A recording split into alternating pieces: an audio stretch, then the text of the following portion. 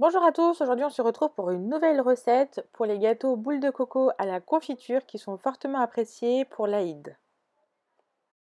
Vous allez voir, cette recette est très facile à faire, je vous laisse voir la liste des ingrédients qui s'affiche en bas de votre écran à gauche et vous pourrez retrouver la liste des ingrédients dans ma description.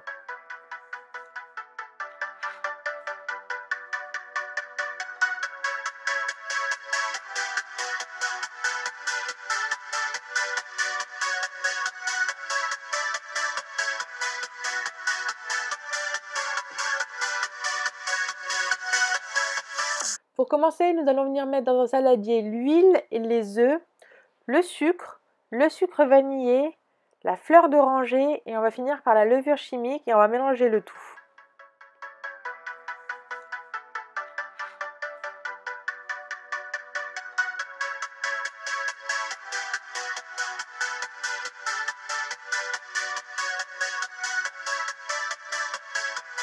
Une fois que notre mélange est homogène, on va venir ajouter la farine en une seule fois et on va continuer de mélanger à la main jusqu'à obtenir une pâte compacte.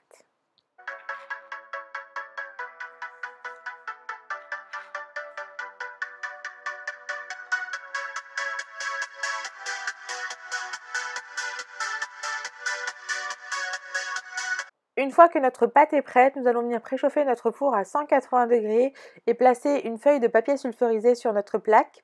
Nous allons venir former des petites boules au creux de notre main et les placer sur notre papier sulfurisé. Alors il faut que les boules soient vraiment pas très grandes, de taille plutôt petite, moyenne, puisque la pâte se développe bien à la cuisson.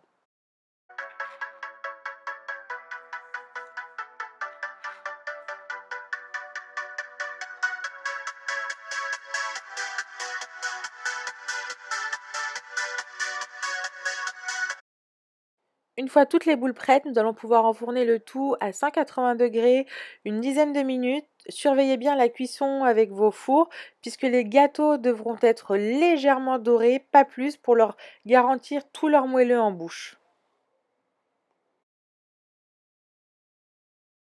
Si votre confiture est légèrement solide, n'hésitez pas à faire comme moi, à la mettre dans une casserole quelques minutes à feu doux pour la liquidifier.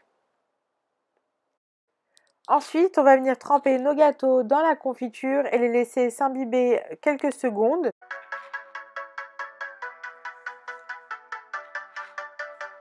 Ensuite, on va venir coller 2 gâteaux à l'aide de la confiture et les tremper dans la noix de coco et les placer dans notre saladier.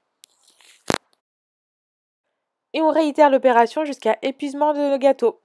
Pour la conservation, je vous invite à les conserver dans une boîte hermétique ou tout simplement à recouvrir notre saladier d'un film alimentaire pour éviter tout simplement que les gâteaux ne s'assèchent et qu'ils deviennent durs en bouche.